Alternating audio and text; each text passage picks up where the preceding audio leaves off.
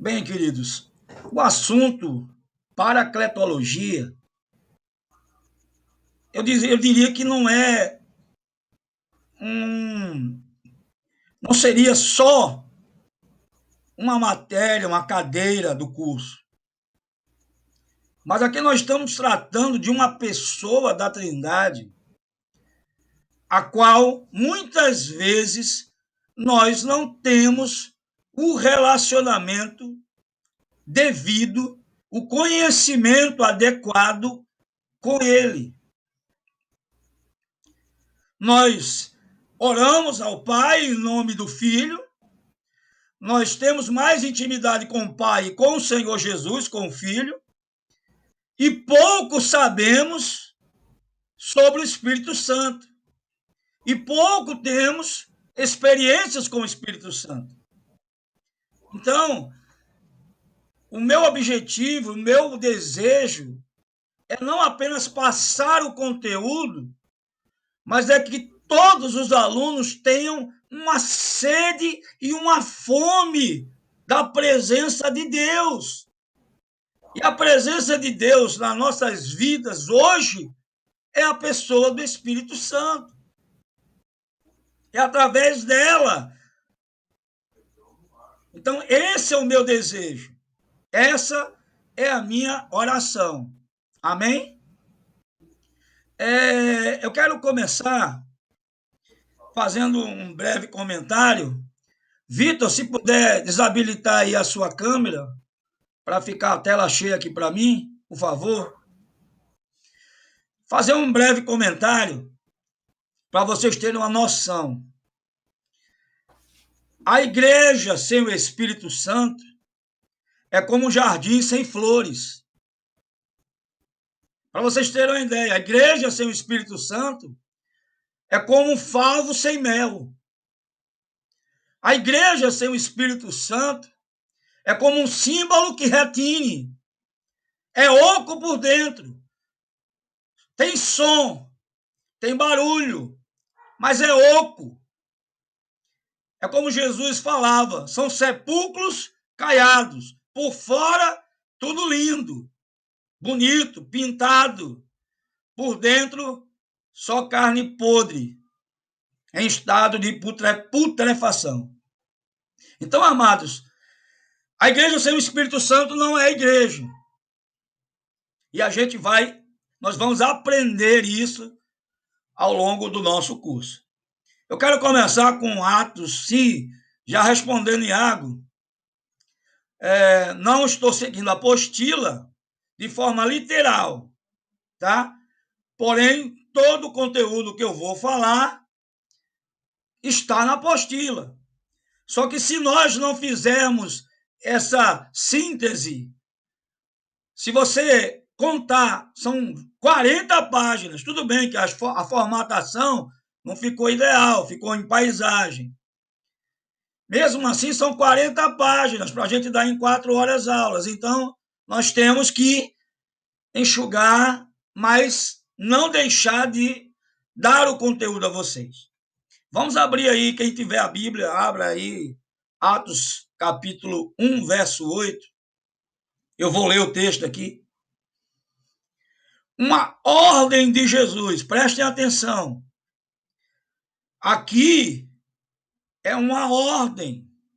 Jesus está dando uma direção específica para os discípulos. Após a sua morte, sua ressurreição, ele foi assunto aos céus, mas ele deixou aqui uma direção para os discípulos. Olha só o que é que diz aqui. Aqui em Atos 1:8, ele fala do propósito, né, de um dos propósitos da pessoa do Espírito Santo ter sido derramada sobre a igreja, que foi enviada por ele e pelo Pai, certo? Aqui em Atos 1:8, ele diz, mas recebereis a virtude do Espírito Santo, que há de vir sobre vós, e ser-me-eis testemunhas, tanto em Jerusalém, como em toda a Judéia e Samaria e até os confins da terra. Esse texto é muito usado em missiologia. Mas o que é que nós podemos entender? Se você usar a ordem inversa, você vai entender o seguinte, que sem a presença do Espírito Santo, eu não posso dar testemunho de Cristo, nem em Jerusalém, nem na Judéia, nem em Samaria, nem nos confins da terra. Ou seja, sem Jesus Cristo, eu não consigo dar um bom testemunho como cristão. Eu não consigo demonstrar Cristo. Eu não consigo viver a palavra. Sem o Espírito Santo, eu não sou cristão. Olha o que Jesus disse, olha o que a palavra aqui está declarando. O que foi que Jesus disse antes? Não façam nada.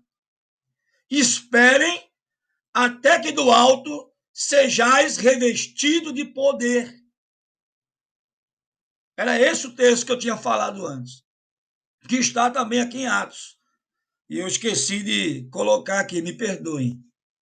Quem quiser aí, tiver com Atos aberto, Iago pode mandar aí no chat o texto. Jesus deu uma direção para os discípulos. Não façam nada.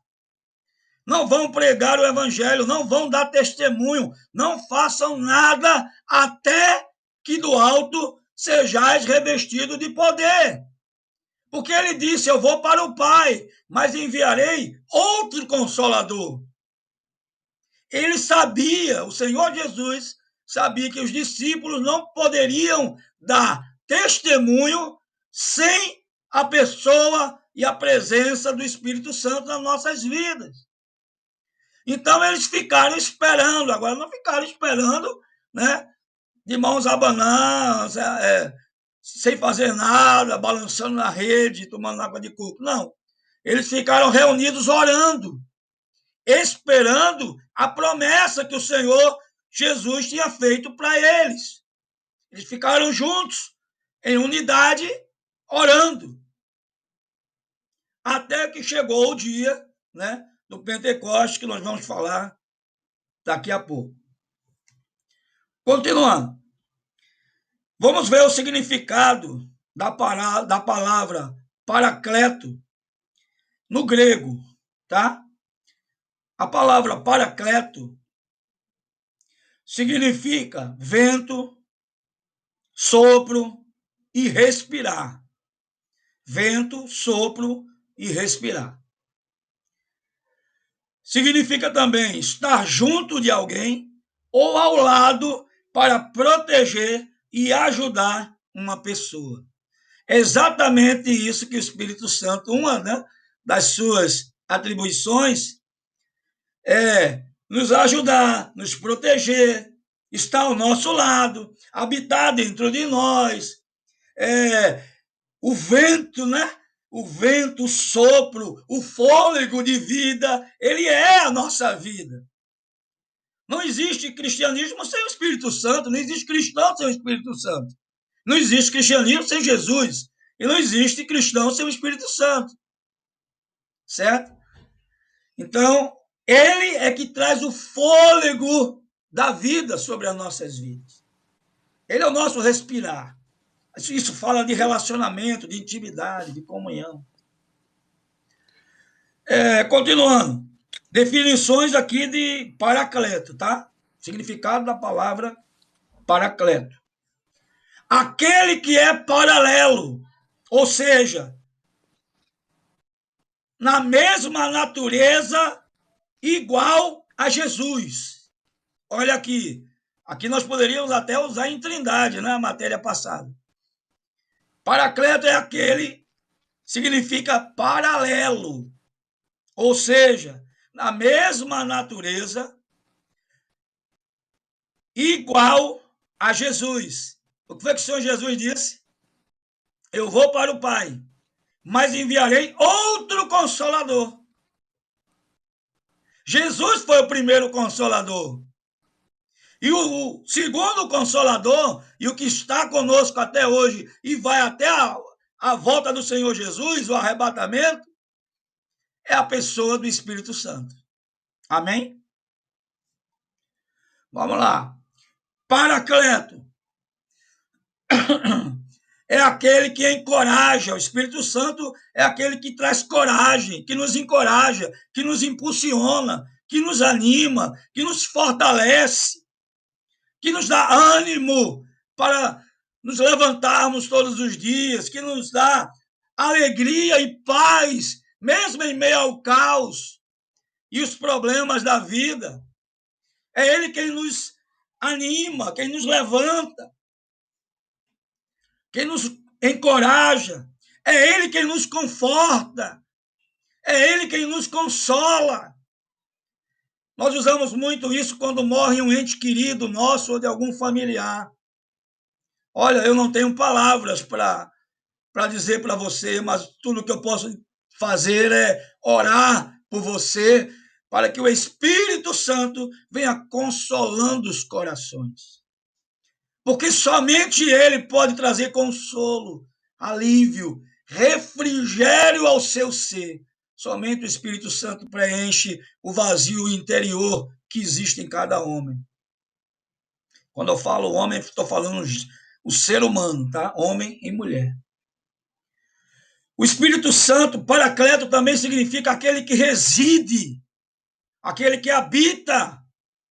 Ele reside em nós, ele mora em nós, ele habita em nós.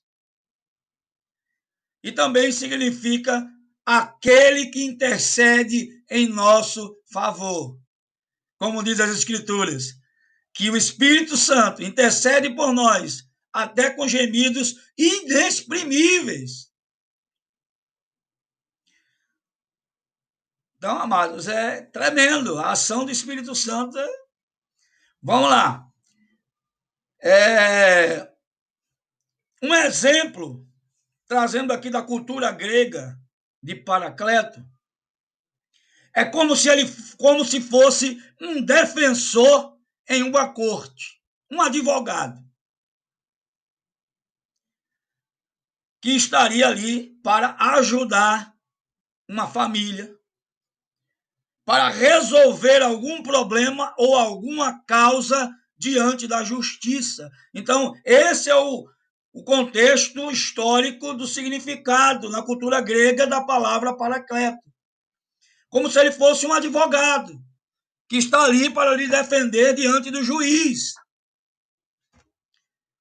em determinadas causas.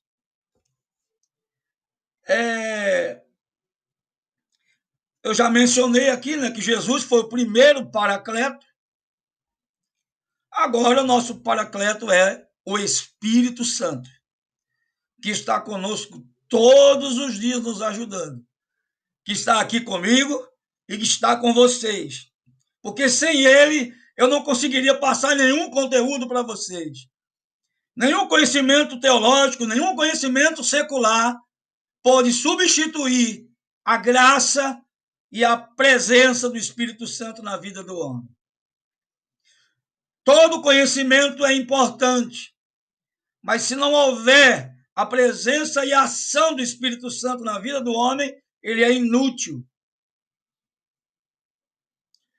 Olha o que o Senhor Jesus falou lá em João 14, 6. Aliás, eu acho que é 14, 16. Confere para mim aí, Tiago.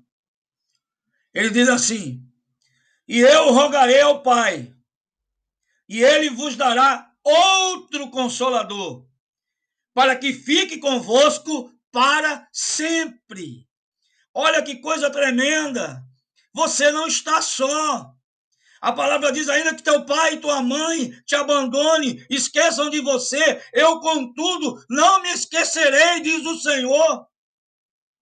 O Espírito Santo está conosco todos os dias, para sempre. No dia que nós morrermos, ou como nós cristãos costumamos falar, como está nas Escrituras, no dia que nós dormirmos,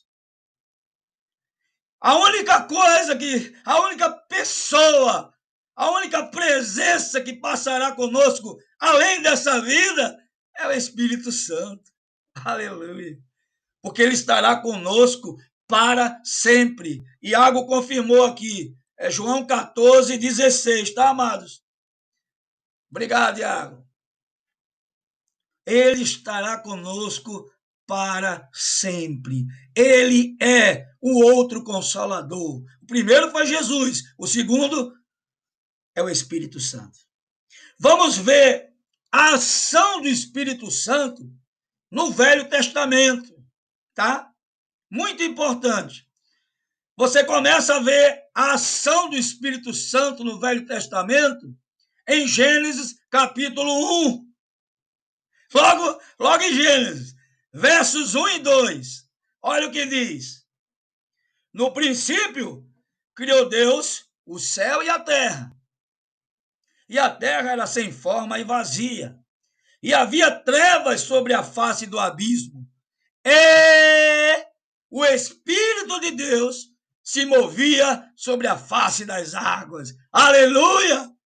Você já vê aqui a ação do Espírito Santo na criação. Você já vê a pessoa do Espírito Santo. Porque na criação não era só o Pai que estava agindo. Era o Pai, Filho e Espírito Santo, os três. Tanto que quando ele faz o homem, ele usa o verbo no plural. Façamos o homem.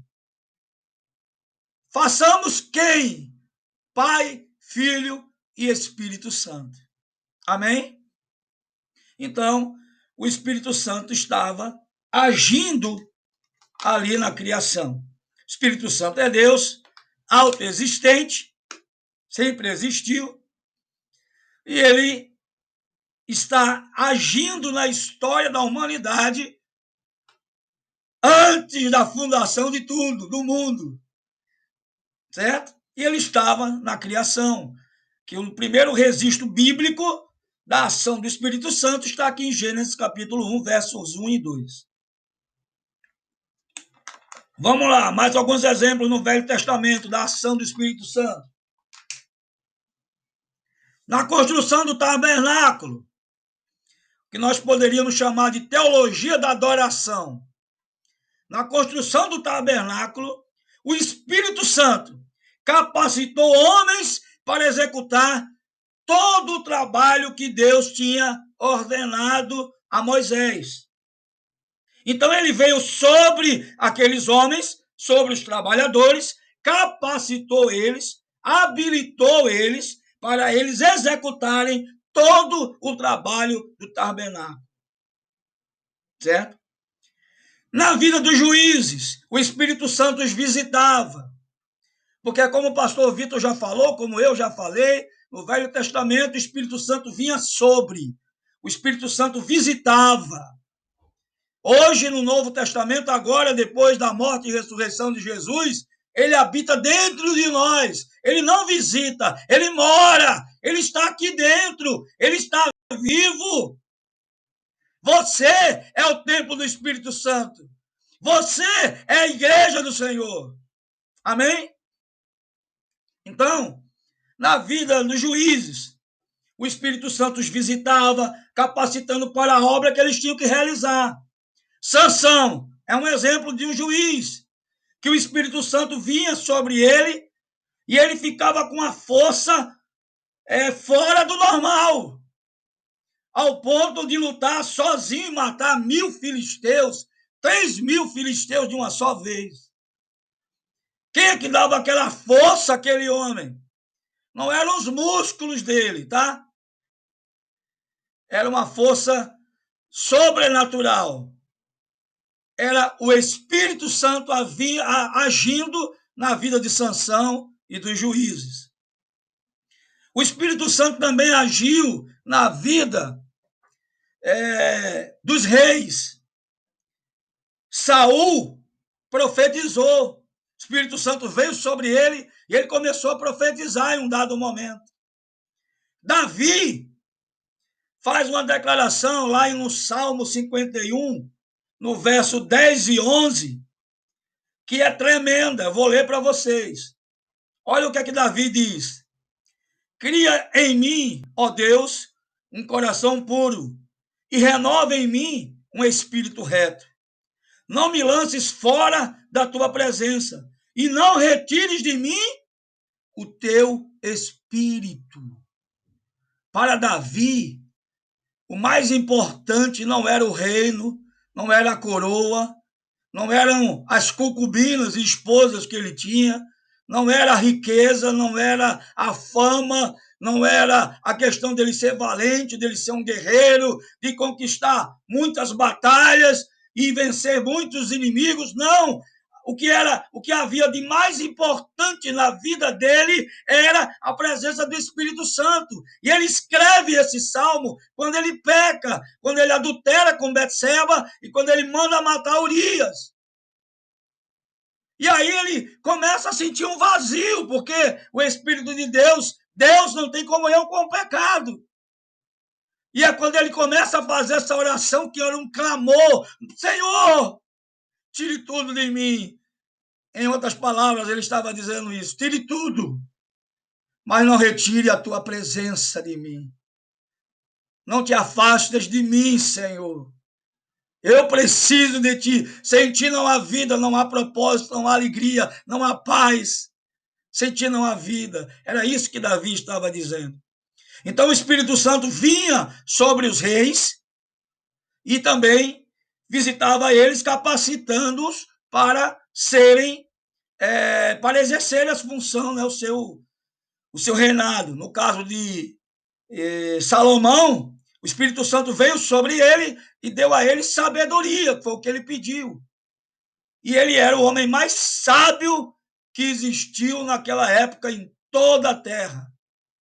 Quem foi que deu essa sabedoria? Foi o Espírito Santo que veio sobre ele. Quem é que nos dá sabedoria, discernimento, inteligência? É o Espírito Santo. Eu, às vezes, vou fazer algo e fico pensando assim: Senhor, eu não vou conseguir. Isso é muito difícil. Me ajuda. E, de repente, eu estudo pela segunda, pela terceira, pela quarta, quinta vez e as coisas se abrem e eu começo a enxergar e entender e depois eu olho e digo: Senhor, eu achava tão difícil e agora estou vendo que é tão fácil. Quem me deu esse entendimento? Não tenho dúvida. Foi a pessoa do Espírito Santo de Deus. O Espírito Santo também vinha sobre os profetas no Velho Testamento. Ele capacitava os profetas para falarem em nome dele. E as profecias do Velho Testamento, meu amado, nenhum profeta foi bem visto na sua época. Foram mortos, apedrejados, lançados em cárceres, como foi Jeremias, jogado lá no calabouço. Nenhum deles foi bem visto, nenhum deles foi reconhecido por todos, né? Na época como profeta, só depois de alguns anos. Mas quem capacitava e habilitava os profetas a exercerem o seu ministério era a pessoa do Espírito Santo que vinha sobre eles. E eu quero destacar aqui Isaías capítulo 6, verso 5. Olha o que o profeta diz aqui, quando ele teve uma visão do trono. Quando ele teve uma experiência com Deus, olha o que é que ele diz: ai de mim, pois estou perdido, porque sou um homem de lábios impuros e habito no meio de um povo de impuros lábios. Os meus olhos viram o Rei, o Senhor dos Exércitos. Isaías 6, verso 5.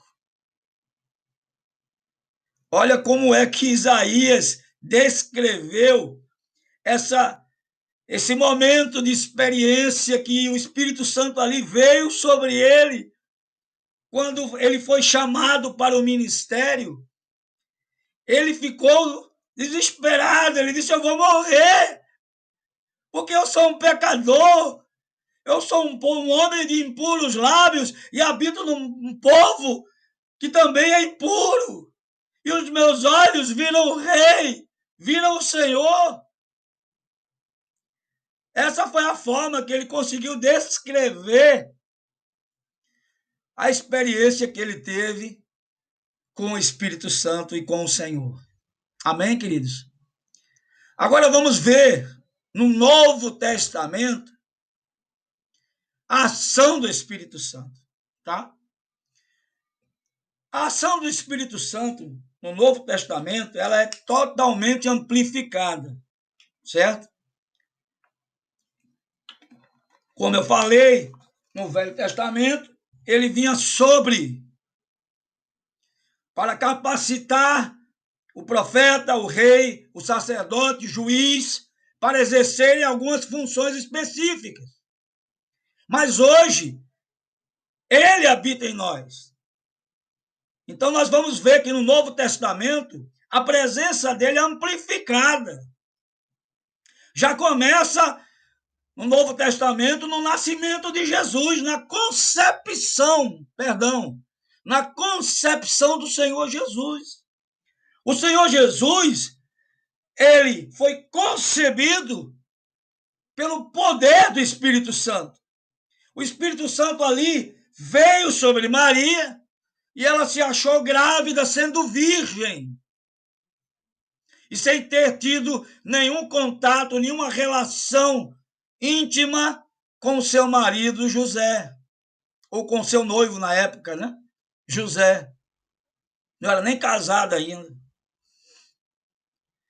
Então nós já começamos a observar a ação do Espírito Santo desde a concepção do Senhor Jesus até a ressurreição e depois até hoje com a igreja. Tá bom? Então, o Espírito Santo agiu na concepção do Senhor Jesus. O Espírito Santo estava no batismo. Lá em Lucas capítulo 3 você vai ver, você pode observar, que ali o Pai e o Espírito Santo entram em ação. Quando o Senhor Jesus vai se batizar nas águas, o Espírito Santo aparece em forma corpórea e vem ali sobre o Senhor Jesus e o Pai diz: este é o meu filho amado em quem me comprazo, em quem tenho prazer. Nós podemos ver ali que o Espírito Santo se manifesta em forma de pomba. E nós vamos ver mais na frente os símbolos do Espírito Santo, alguns símbolos, né, do Espírito Santo. Então, estava na concepção, estava no batismo. Quem foi que conduziu Jesus ao deserto para ser tentado pelo diabo? O Espírito Santo. Foi o Espírito Santo. Então, o Espírito Santo conduziu Jesus ao deserto para ser tentado por Satanás. Em João 16, versos 1 a 8, espera aí, deixa eu ver aqui. Aqui não, perdão. Deixa eu ver se esse texto aqui, sim, esse texto aqui eu vou ler. João 16, verso de 1 a 8, diz assim: Jesus fala do ministério do Espírito Santo, do Consolador. Tenho-vos dito estas coisas para que vos não escandalizeis. Expulsar-vos-ão das sinagogas. Vem mesmo a hora em que qualquer que vos matar cuidará fazer um serviço a Deus. Estamos vivendo esses dias, viu? China, Coreia do Norte e outros países aí. E isto vos farão, porque não conhecem ao Pai nem a mim. Mas tenho-vos dito isto, a fim de que, quando chegar aquela hora, vos lembreis de que já vos tenho dito. Eu não vos disse isto desde o princípio, porque estava convosco. E agora vou para aquele que me enviou. Quem? O Pai. E nenhum de vós pergunta: para onde vais? Antes, porque isto vos tenho dito, o vosso coração se encheu de tristeza. Todavia, digo-vos a verdade, que vos convém que eu vá, porque se eu não for, o Consolador não virá a vós. Mas, quando eu for, vou-lo enviarei. E quando ele vier, convencerá o mundo do pecado, da justiça e do juízo. Aleluia! O Senhor Jesus aqui estava dizendo aos seus discípulos que ele tinha o projeto completo de salvação, de redenção do homem, tinha que passar pela morte e pela ressurreição. Mas e os discípulos iam ficar órfãos? Iam ficar tristes, abandonados? Não! O Senhor Jesus estava dizendo isso para eles. Não tenham medo, não fiquem desanimados, não fiquem tristes. Eu tenho que ir para o Pai, porque se eu não for, o Consolador não vai vir. Mas se eu for, eu enviarei ele para que estejais convosco. O Senhor já estava aqui falando da vinda do Consolador, do Espírito Santo, da descida dele, da presença dele no meio da igreja. E ele completa aqui, e só para a gente não perder a oportunidade, que quem convence o homem não é outro homem. Quem convence o homem não é a eloquência, não são os argumentos teológicos seculares. Quem convence o homem é a pessoa do Espírito Santo. É ele quem convence o mundo do pecado, da justiça e do juízo. Amém? Vamos ver agora Atos capítulo 2, versos de 1 a 4. Ali deu início à igreja. A igreja não poderia começar sem a presença do Espírito Santo. E aí todos sabem, né, que eles estavam reunidos, orando, na festa do Pentecostes. Pentecostes era uma festa judaica que celebrava a colheita. Era uma festa que eles celebravam 50 dias, se não me engano, antes da Páscoa, e eles celebravam a colheita, certo? Por isso que o nome Pentecostes significa isso, festa da colheita. E cumprindo-se o dia de Pentecostes, estavam todos juntos no mesmo lugar, e de repente veio do céu um som como de um vento veemente. Lembra lá do início? Paracleto, vento. Olha aí. E de repente veio do céu um som como de um vento veemente e impetuoso, e encheu toda a casa em que estavam assentados. E foram vistas línguas repartidas como que de fogo, as quais repousaram sobre cada um deles. E todos foram cheios do Espírito Santo. Todos. E começaram a falar noutras línguas, conforme o Espírito Santo lhes concedia que falassem. Eu não vou entrar agora no mérito das línguas, porque a gente vai falar em dons espirituais. Eu não vou falar agora. Mas o importante aqui é que, neste momento aqui, em Atos, capítulo 2, do verso 1 ao 4, se cumpriu o que Jesus tinha prometido aos discípulos lá em João, capítulo 16, verso de 1 a 8, e se cumpriu também a profecia escrita lá em Joel, capítulo 2. Tremendo, certo?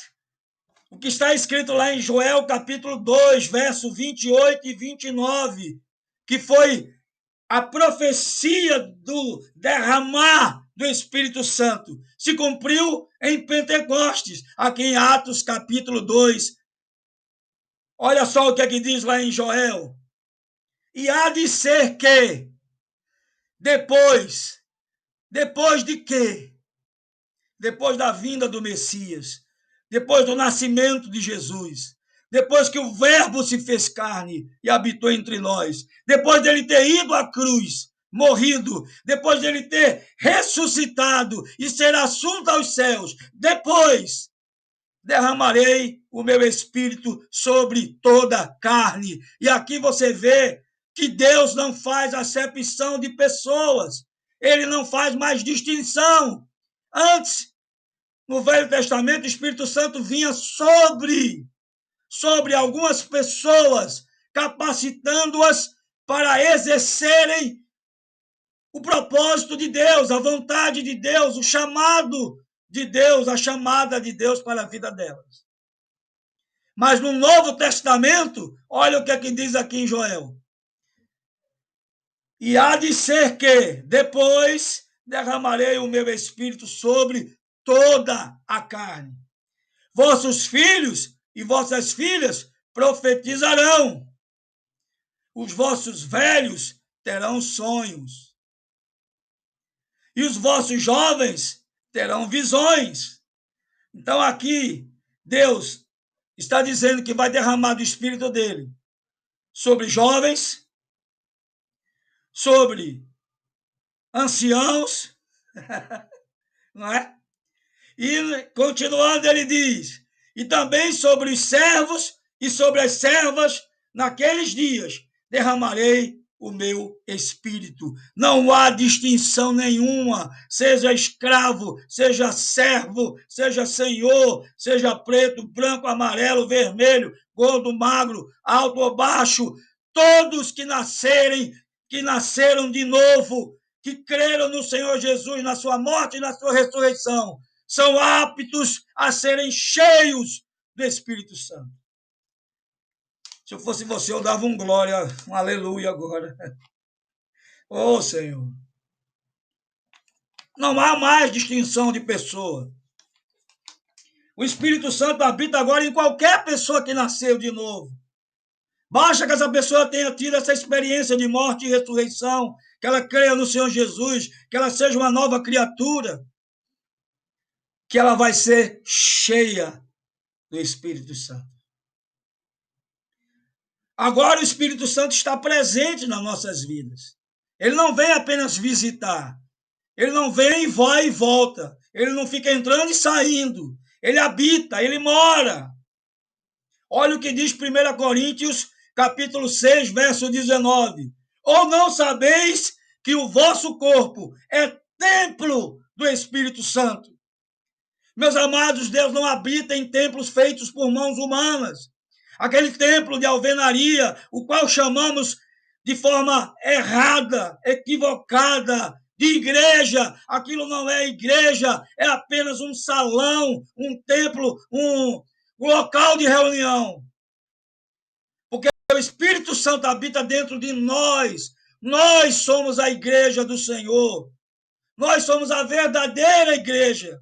Ele habita em nós, ele não habita em templo feito por mãos de homens. Se nós estivermos reunidos num lugar, ele estará ali, não porque é o templo dele, aquele local ali feito pelo homem. Não, ele estará porque onde 2 ou 3 estiverem reunidos em meu nome, eu estarei presente. Ele estará por nossa causa. Amém? Glória a Deus. Ou não sabeis que o vosso corpo é o templo do Espírito Santo, que habita em vós, proveniente de Deus, e que não sois de vós mesmos. Eu não pertenço a mim mesmo. Eu pertenço ao Senhor. Glória a Deus. Eu sou dele, ele é meu, o meu amado é meu, eu sou do meu amado. Glória a Deus. Então, queridos, o livro de Atos é a história da igreja do Espírito Santo. Eu poderia até sugerir um outro tema, né? Como muitos pastores já mencionaram isso. Em vez de Atos dos Apóstolos, o livro poderia ser Atos do Espírito Santo. Amém, pastor Vitor? Estou vendo ali o pastor Vitor dando glória, balançando a cabeça, sorrindo. Então, queridos, o livro de Atos, na verdade aqui, o Atos dos Apóstolos, na verdade foi os atos do Espírito Santo através dos apóstolos, através dos discípulos. Como já foi dito aqui várias vezes, ele usa quem quer, quando quer e como quer. Amém? Para vocês terem uma ideia, a partir daí, o Espírito Santo é ele quem está conosco, é ele quem está com a igreja, é ele quem capacita, é ele quem direciona, é ele quem mostra o que fazer, é ele quem dirige, é ele quem conduz, é ele que ensina, é ele quem capacita, é ele quem diz vai, é ele quem diz fica, é ele quem diz fica parado, é hora de caminhar, não, para agora, segura um pouco, é ele. Você pode observar na primeira viagem missionária, quem foi que separou Paulo e Barnabé? Barnabé significa filho da consolação, viu? Barnabé aí já tinha um significado de consolador. Tanto que, se não fosse Barnabé, o que seria do apóstolo Paulo? Teria se perdido. Porque o apóstolo Paulo, depois que se converteu, ele foi largado. Barnabé que foi lá, junto dele, trabalhou, ajudou, animou, trouxe para junto, levou ele na primeira viagem missionária, quando o Espírito Santo os chamou e separou. E aí depois tornaram-se duas equipes missionárias. Paulo vai para um lado, Barnabé para o outro. E aí o evangelho vai sendo espalhado sobre toda a terra. Então, lá em Atos 13, verso 2, olha o que é que diz. E servindo eles ao Senhor e jejuando, disse quem? O Espírito Santo.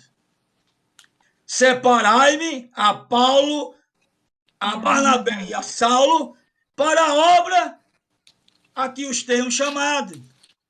Então, quem é que chama para a obra? É o homem? Não. É por isso que muitos pastores e missionários não dão fruto, fracassam no ministério. Por quê? Não foram chamados por Deus, foram chamados por homens. Quem separa a pessoa para o ministério é o Espírito Santo. Quem chama é o Espírito Santo. Quem envia é o Espírito Santo. Quem capacita é o Espírito Santo. Quem supre é o Espírito Santo. Quem respalda é o Espírito Santo. E aqui em Atos 13, 2, ele diz: separai-me a Barnabé e a Saulo para a obra a que os tenho chamado.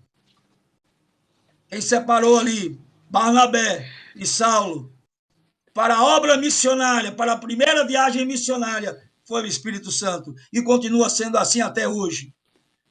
Quem chama os obreiros para a seara é o Senhor da seara. Tanto que o Senhor Jesus disse: orem para o Senhor da seara, para que ele envie trabalhadores. Quem levanta os obreiros é o Espírito Santo, é Deus, não é o homem. Aleluia. E eu vou terminar com esse texto por hoje. Fala, preciso ter uma conversa. Pode falar. Preciso ter uma conversa. Eu falei que eu preciso ter uma conversinha com o Espírito Santo essa noite. Amém, eu também. Pode falar, Iago. Fala aí. Se eu falando aqui agora, eu percebi uma coisa que eu nunca tinha percebido na sacada. Tipo, no capítulo 1, quando escolhem o apóstolo para ficar no lugar de Judas, eles usam o Torim e o Tamim. Só que Caco e Barnabé já são guiados quando o Espírito visita em Atos 2. Agora quem escolhe não é mais o Torim e o Tamim, mas é o Espírito Santo. É o Espírito Santo. Tanto é, Iago, tanto é que ali foram os apóstolos que escolheram entre Matias e João. O que foi que Matias fez qual a referência dele, qual a carta que ele escreveu. Não se fala mais dele no Novo Testamento. Na verdade, os homens levantaram Matias, mas quem Deus escolheu foi Saulo. Saulo é que ia ocupar o lugar de Judas. Saulo, que se tornou Paulo, foi o apóstolo que foi escolhido por Deus pelo Espírito Santo, e não Matias. Certo? Para encerrar, eu quero dizer mais um texto aqui. Quem diz que vai ou vá é o Espírito Santo, mas ele também pode dizer não vá. Olha o que aconteceu aqui na segunda viagem missionária, quando eles queriam ir para a Ásia, na região da Bitínia. Olha o que é que o Espírito Santo diz em Atos 16:6. E passando pela Frígia e pela província da Galácia, foram impedidos pelo Espírito Santo de anunciar a palavra na Ásia. Meu amado, eu quero dizer uma coisa para você. Só quem pode impedir a igreja de anunciar o evangelho, a palavra, é o próprio Senhor da palavra, o Espírito Santo. Somente ele. Eu estava conversando com o pastor Vitor agora, hoje. A igreja parou. A igreja se rendeu a um vírus. Não estou dizendo que não é perigoso, que não é contagioso, que não é letal, que não é mortal, nada disso. Eu também tenho comorbidades. Sou diabético, hipertenso e asmático. Mas eu não tenho medo de sair às ruas e fazer a obra do Senhor. Não tenho. Se ele quiser que eu morra, morrerei. Se ele quiser que eu permaneça vivo, permanecerei. Morrendo ou vivendo, que seja para a glória dele. Amém? Então, um vírus não pode parar a igreja do Senhor. Está escrito que as portas do inferno não prevalecerão contra a igreja. Só quem para a igreja é o Senhor da igreja, é o próprio Espírito Santo. Assim como ele disse, quando os apóstolos queriam ir para a Ásia, o Espírito Santo impediu. Em outras palavras, disse, não, agora não. Não é o momento. Eu não quero que vocês passem para a Ásia agora. Da mesma forma, o Espírito Santo é aquele que envia, é ele também que muitas vezes diz não. Agora não. Nesse lugar não. Não, isso não é a minha vontade na sua vida agora. Ou não é o que eu quero para a sua vida agora. É outra coisa. Muitas vezes queremos algo que não é vontade do Espírito para a nossa vida. Somente ele pode dizer quando e onde e como. E se a igreja vai andar, vai caminhar, vai fazer. Eu costumo dizer para as pessoas, se Deus permitir que eu ande 10 passos, eu vou andar 10 passos. Se Deus não permitir que eu dê um passo, eu não vou dar um passo. Se Deus permitir que eu ande 10.000 quilômetros, eu vou andar 10.000 quilômetros. Era assim no Velho Testamento. Quando a nuvem caminhava, o povo de Deus caminhava.